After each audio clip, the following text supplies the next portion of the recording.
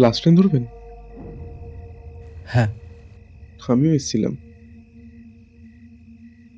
3 মাস আগে। নেশা ফেশা করেছেন নাকি? আরে না না, ওখানে ভাঙা জায়গাটা দেখছেন? ওখানে 3 মাস আগে বাপি ছিল ট্রেনের ধাক্কায়, সে এক কি বেরিয়েছে ব্যাপার। ওখানে হোঁচট খাওয়ার পরেও বলছেন আপনি বেঁচে আছেন। বেঁচে আছি কে বললো? এই, মজা করছেন? ভয় পাচ্ছেন?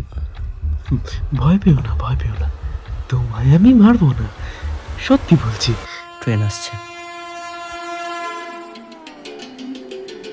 আরে দাদা, এটা থ্রু ট্রেন, লাস্ট ট্রেন আসতে কোনো 15 মিনিট দেরি আছে।